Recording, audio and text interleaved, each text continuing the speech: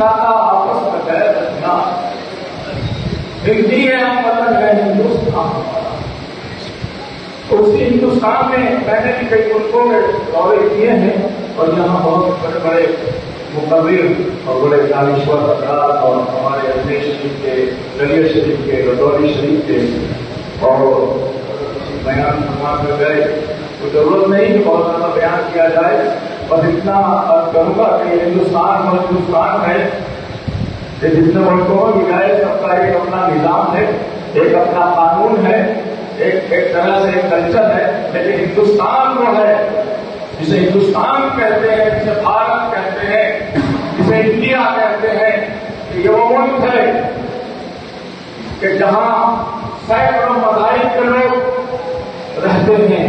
یہاں دیوالی بھی ہوتی ہے, یہاں ہولی بھی ہوتی ہے, یہاں عید بھی ہوتا ہے, یہاں محرم کا جلوس بھی ہوتا ہے, یہاں شورات بھی ہوتی ہے, یہاں عرس بھی ہوتے ہیں, یہاں میلے بھی ہوتے ہیں, یہاں سبھی کچھ ہوتا ہے. اور یہ وہ ملک ہے ہر شخص کو ووٹ کا, عزت کا, اس کے اندر دھارمک جلوس نکالنے کا پورا حق دیتا ہے اور پوری اس کی حفاظت کرتا ہے. اس لیے ہندوستان کے جذبہ پیدا نہیں ہو رہا ہے. اتنی زور تاکہ بجاؤ تو اتنی زور ہندوستان کی تعریف کرتا ہوا چلا جاؤں گا. اس ملک نے ہمیں کیا نہیں دیا, اس ملک نے ہمیں ووٹ کا حق دیا. یہ ملک ہمیں امن دیتا ہے, یہ ملک ہمیں عزت دیتا ہے, یہ ملک ہمیں پیار دیتا ہے. کیا نہیں دیتا, یہ ملک سب کچھ دیتا ہے. بجاؤ تاری ہے. اسی لیے تو ہم کہتے ہیں کہ سارے جہاں کے اچھا ہندوستان ہمارا. ہم بلبلے ہیں اس کے ستا ہمارا. بڑے بڑے مہمان تشریف لا رہے ہیں. زیادہ بولنے کا بالکل موقع نہیں ہے. اور اتنا ہی جانتا ہوں کہ یہ جس آستانے پر محفل قبلہ علی شاہ کی خاطر سجادہ نے سجائی ہے اور جس آستانے کی سرپرستی ہو رہی ہے, خواجہ خواجان, خواجہ ہندوستان حضور خواجہ غریب نواز اور امام الاولیاء حضرت مختوم علاء الدین علی احمد صاحب یہاں بنا ہے مذہب و ملت, بنا کسی تقریب کے لوگ یہاں آتے ہیں اور آ کر کبھی غریب نواز میں اور کبھی صابر پاک میں گڑ گڑاتے ہیں. وہ رام بھی ہو سکتے ہیں, وہ رحیم بھی ہو سکتے ہیں, وہ سردار بھی ہو سکتے ہیں, وہ عیسائی بھی ہو سکتے ہیں, اور دربار میں دامن پھیلاتے ہیں. اے صابر کلیت, اے خواجہ ہندوستان, میں اس رب کا بیٹا ہوں مگر تیرے آستانے پر آیا ہوں. میں بے اولاد ہوں, میں پریشان. تو وہاں یہ نہیں جانا جاتا کہ یہ کون مانگ رہا ہے, بلکہ یہ دیکھا جاتا ہے کہ یہ اللہ کا بندہ ہے اور مانگ رہا ہے. تو ایسے سینکڑوں پورے سال کے سوتے رہتے ہیں کہ چھوڑیاں اٹھتی رہتی ہیں اور وہاں سے پیر لٹتا رہتا ہے بنا مطلب. میں شری روی شنکر جی سے میری ملاقات ہوئی تو اس ٹائم بہت سارے لوگ جمع تھے وہاں اور مسلمان سے پیسے کما کر لائی ہوئی روٹی آپ پلنگ پر بیٹھ کر اپنے بچوں کے ساتھ کھا رہے ہیں. لیکن سات دروازے پورم میں, مغرب میں, شمال میں, جنوب میں کوئی اگر آپ کو معلوم ہے کہ بھوکا بیٹھا ہے تو اسلام یہ کہتا ہے کہ آپ پر وہ حلال کی روٹی حرام ہے. اگر آپ کو یہ معلوم ہے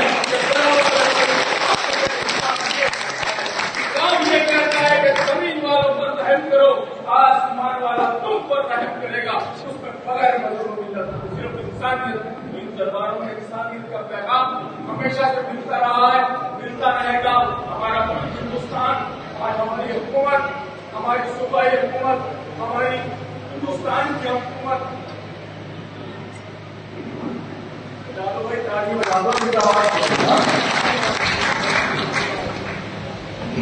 آج ہماری حکومت جس طرح سے درگاہوں کا, خانقاہوں کا, مشائخ کا اور ہمارے مسائل جو الجھے ہوئے ہیں وہ سلجھانے میں لگی ہوئی ہے, ہماری ہندوستان کی حکومت, ہماری صوبائی حکومت, ہم دعا کرتے ہیں کہ پروردگار ہمیں ایک ایسا راستہ ملا ہے سجادہ نشین, صوفی سجادہ نشین کونسل کے ذریعے کہ ہم جو آج تک اپنی بات حکومت کو نہیں پہنچا سکے ان کے ذریعے ہم پہنچائیں گے۔ پروردگار یہ محفلیں ہمارا یہاں بیٹھنا اٹھنا یہ ہمارے بزرگ اسی طرح ان کی سرپرستی ملتی رہے، آپ سب ہم ایک دوسرے کے ساتھ ملتے رہے، انشاءاللہ زندگی رہی تو پھر ملاقات ہوگی۔ زندہ باد، آئندہ باد، ہندوستان، ہندوستان، ہندوستان۔ اب آپ یہ بھی جان لیجئے کہ جب پیغمبر اس دنیا میں آئے حضرت محمد صلی اللہ علیہ وسلم، تو انہوں نے پہلا اسپیچ کیا دیا؟ بہت امپورٹنٹ ہے پہلا اسپیچ، وہ پہلی وانی، وہ پہلی بات جو پیغمبر حضرت محمد نے کہی وہ کیا تھی؟ سنائی گئی ہے آپ کو، لیکن اس حوالے سے نہیں سنائی گئی، میں اس حوالے سے سنا دیتا ہوں۔ حدیث کی ایک قسم ہے مسلسل بالاولیہ۔ حدیث کے ماہرین جانتے ہیں کہ مسلسل بالاولیہ کس کو کہتے ہیں، یعنی ایسی حدیث جو حضور سے سب سے پہلے سنی گئی۔ کیا کہا پیغمبر حضرت محمد نے؟ کیا کہا؟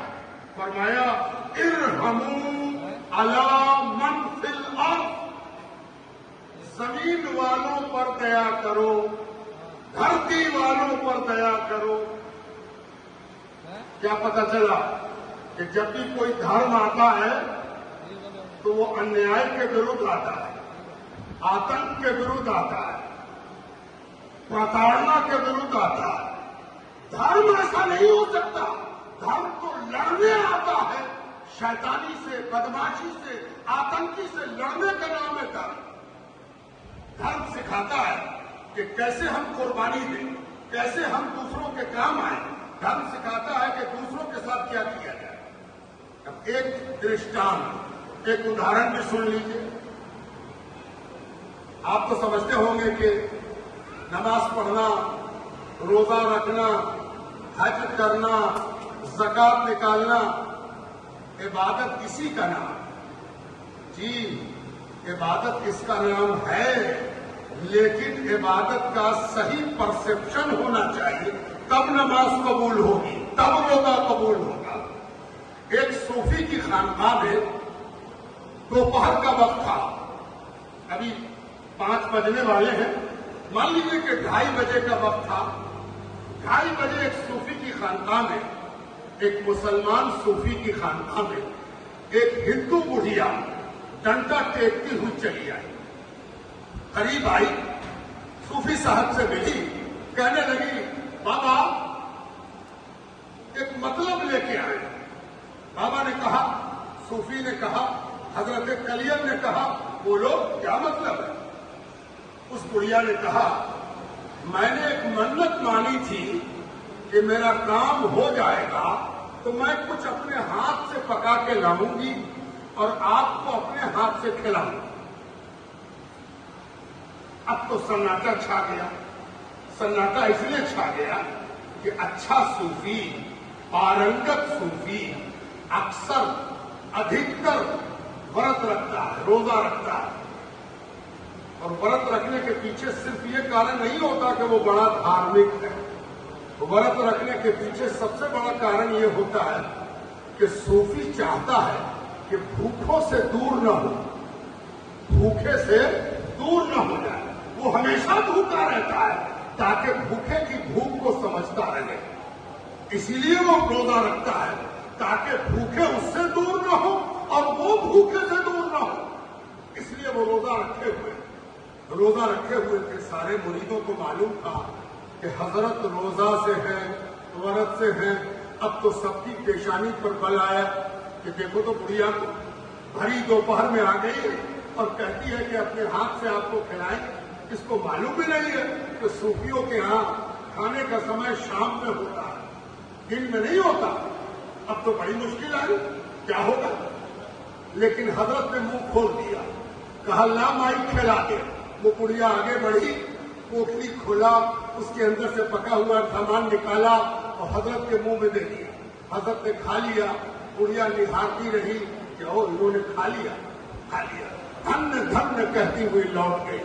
جب بڑھیا لوٹ گئی تو شیشیوں نے پوچھا، عالموں نے پوچھا، پنڈتوں نے پوچھا یہ کیا کیا آپ نے؟ آپ تو ورت سے تھے، ورت کو توڑ دیا، یہ تو بڑا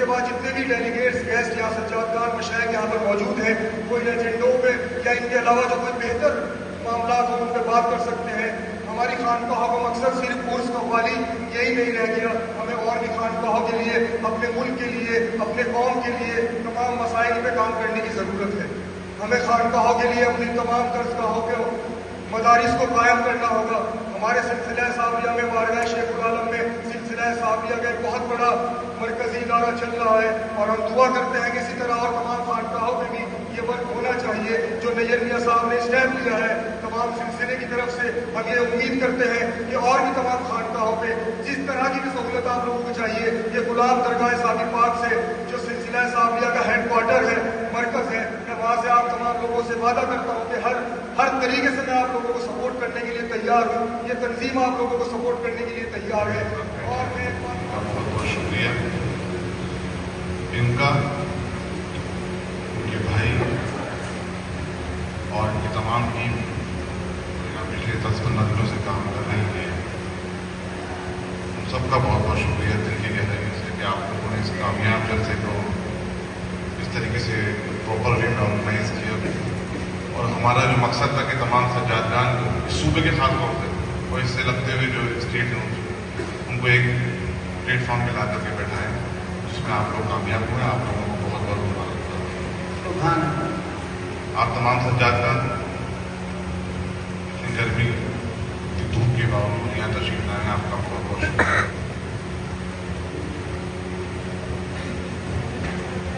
لیکن میں سمجھتا ہوں کہ ہمیں ایک چیز یاد رکھنی چاہیے کہ ہماری تکلیف, ہماری جو پریشانیاں ہوئی ہیں یہاں میں, یہ کچھ بھی نہیں.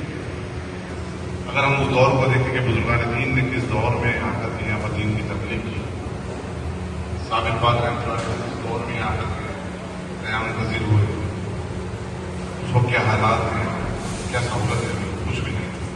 تو ان کی نقش قدم پہ چلنے کی کوشش ہے کہ عوام کو گمراہی سے بچائیں, اور جو خانقاہی نظام اولیاء کرام نے اس ملک میں قائم کیا تھا اس کو واپس سے نئے سرے سے منظر عام پہ لائیں.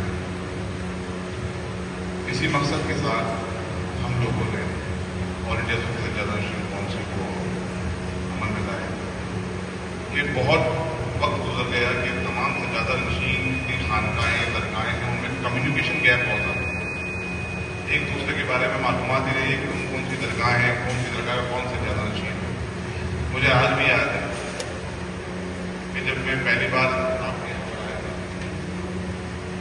تو حضرت بیٹھے ہیں, انہوں نے مجھ سے کہا تھا کہ صاحب ہم نے تو آج تک سنا ہے کہ وہاں پر دیوان ہوتے ہیں بادشاہوں کے, تو ہمیں دیوان تو وہاں سے زیادہ نشین. ہمارا مقصد یہ تھا کہ میں آپ کو جانوں, آپ ہمیں جانیں. بارگاہ غنی نواز میں شروع سے لے کے آخر تک آج تک سجادہ نشین ہیں. غنی نواز کے بڑے صاحبزادے وہاں ان کے سجادہ نشین ہیں, اور آج بھی انہی کی اولاد میں قبلہ دیوان سے زین العابدین تک سجادہ نشین ہے, ہمیں ان کا جانشین ہے. ہمارے یہاں پر سجاد کی موروثی ہے. یہ کہنے کا مقصد اتنا سا ہے کہ جب ہم سجادہ نشین ہی ایک دوسرے کو نہیں جانتے ہیں تو ہم دنیا کے سامنے جا کے کیا بات کریں. جب ہم درگاہوں کو ایک دوسرے کو نہیں جانتے, خانقاہی نظام کو نہیں جانتے, تو ہم اپنی بات لوگوں کے سامنے کیسے کریں. جبکہ اتنا ٹیکنالوجی کا دور ہے, گوگل ہے, ساری مطلب فیسلٹیز اویلیبل ہے کہ ہم معلومات کرنے کی کوشش نہیں کریں. ہم ایک پلیٹ فارم پہ جس دن آ جائیں گے سجادگان, تو میں سمجھتا ہوں ملک سے نفرت کا ماحول بھی ختم ہوگا, اور جو چھوٹی چھوٹی پرابلمس آپ کی خانقاہوں میں ہیں اس سجادہ نشین کے معاملات کو لے کر کے, ہم ان کو ایک ساتھ بیٹھ کر کے یونٹی کے ساتھ اپنی آواز بلند کریں گے, حکومت تک پہنچائیں گے, اور اس کو سولوشن کے لیے کچھ نہ کچھ کام کریں گے. صرف یہی مقصد, اس کے علاوہ ہمارا کوئی مقصد نہیں ہے.